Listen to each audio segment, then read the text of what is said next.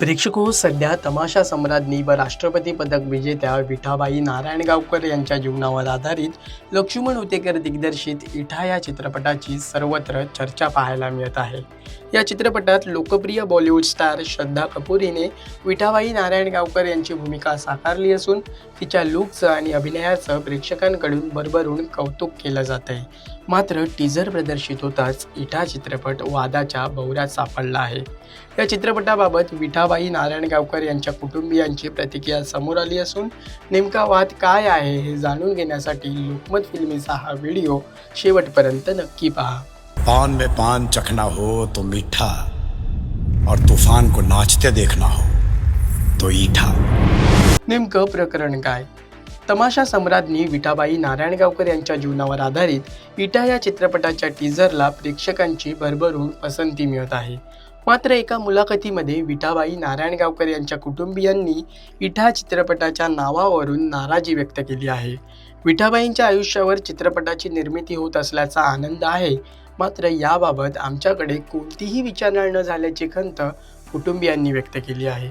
मुळात आहे ना सर, कुठलाही राज्यातील समजा एखादा कलाकार असेल, लोककलावंत असेल, तर त्याचं नाव आणि त्याच्या नावापुढं गावाचं नाव हे जर लागलं ना तर तो खरा लोककलावंत शोभून दिसतो। नाहीतर नुसतं जर नाव आलं तर ते कळत नाही नेमकं काय आहे। जर आमची मागणी काय होती त्यांना, जे इठा केलंय ना, समजा सब टायटल नारायणगावकर करा किंवा विठाबाई नारायणगावकर करा किंवा विठा नारायणगावकर करा, आपण असा 2-3 सूचना त्यांच्यापर्यंत पोहोचवल्यात। संपूर्ण देशभरात हा, ते आमचं म्हणणं आहे। बाकी दुसरा चित्रपटाला काही विरोध वगैरे नाही।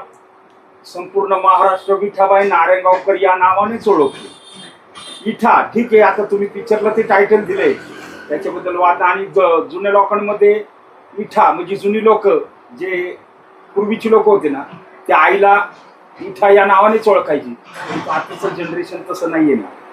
विठाबाई कोणी, इठा कोणी, ते आता त्या लोकांना माहित नाही, आताच्या तरुण पिढीला। आमची इच्छा आहे की विठाबाई नारायणगावकर किंवा विठा नारायणगावकर हे सब टायटल द्यावं पिक्चर। इठा चित्रपटाच्या टीझरमध्ये स्टेज मागे जाऊन बाळाला जन्म दिल्याचं दाखवण्यात आलंय। याबाबत विठाबाई यांचा मुलगा कैलास नारायणगावकर म्हणाले की या चित्रपटाबद्दल आम्हाला एकाच आठवड्यापूर्वी समजलं। आम्ही टीझर पाहिला आणि त्यामध्ये माझा जन्म स्टेज मागे झाल्याचं दाखवण्यात आलंय। आमच्या आईचा संघर्ष बॉलिवूडच्या चित्रपटामध्ये दाखवण्यात येत आहे, ही नक्कीच अभिमानाची बाब आहे। मात्र याआधी आम्हाला हे सांगायला हवं होतं। आम्ही त्यांच्याबद्दल आणि त्यांच्या वैयक्तिक आयुष्याबद्दल आणखी माहिती दिली असती आणि त्यामुळे चित्रपट निश्चितच अधिक आशयघन झाला असता। ग्रामीण भागामध्ये विठा या शब्दाला इठा बोललं जातं हे मान्य आहे, पण त्यांचं खरं नाव विठाबाई आहे। आजच्या नवीन पिढीला त्यांच्या खऱ्या नावानं इतिहास कळाला तर समाधान वाटेल। लक्ष्मण उतेकर चित्रपट काढत आहेत याचा अभिमान आहे, पण चित्रपट प्रदर्शित होण्यापूर्वी तो आमच्या कुटुंबाला दाखवण्यात यावा ही आमची इच्छा आहे। जर चित्रपटामध्ये काही आक्षेपार्ह असेल तर ते सांगता येईल आणि काढून टाकता येईल असंही त्यांनी पुढे सांगितलं। तसेच महाराष्ट्रातील कोणत्याही लोककलावंताच्या नावापुढे त्याच्या गावाचं नाव लागलं तरच तो खरा कलावंत म्हणून शोभून दिसतो। चित्रपटाच्या निर्मात्यांकडे आमची मागणी आहे की त्यांनी इठा नाव बदलून विठा करावं आणि नावापुढे सबटायटलमध्ये नारायणगावकर असं पूर्ण नाव द्यावं। त्यांच्याशी आपली अजून चर्चा झालेली नाही।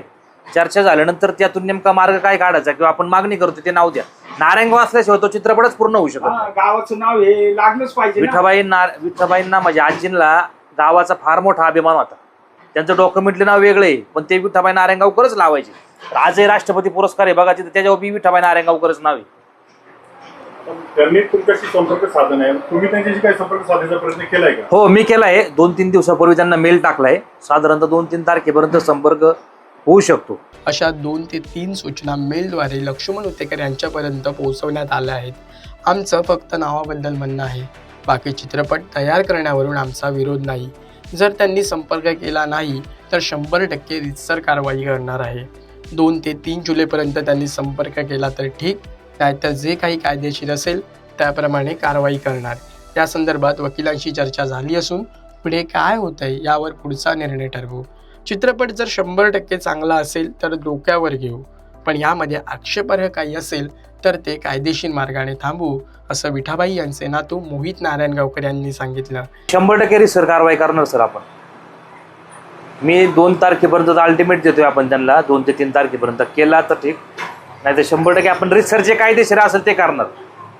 आम्हाला कायद्याच्या चौकटीत राहूनच काय असेल ते कारवाई व्हावी त्यांची. आपण बाकीचं काय आपलं म्हणणं नाही. 100%. माझं उच्च न्यायालयाच्या हायकोर्टाच्या वकील साहेबांची चर्चा झाली. त्यांना आपण मी हे सकाळीच बोललो मी त्यांच्याशी. मी त्यांना ते सांगितलं 2 तारखेपर्यंत आपण वाट पाहू, नाही तर पुढचं बघू काय होतं ते.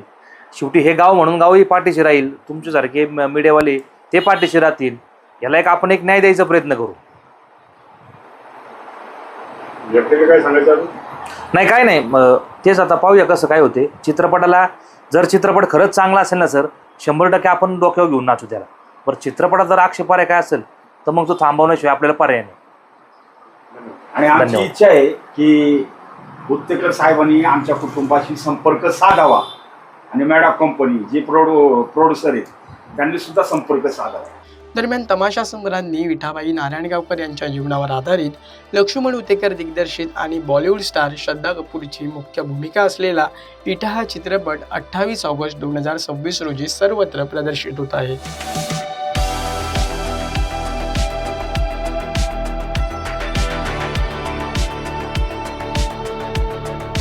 प्रेक्षक, हा व्हिडिओ तुम्हाला कसा वाटला आणि श्रद्धा कपूरची मुख्य भूमिका असलेल्या इठा या चित्रपटाबाबत तुम्हाला काय वाटतं हे आम्हाला कमेंट करून नक्की कळवा.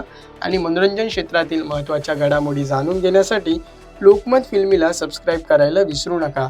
पाहत रहा लोकमत फिल्मी.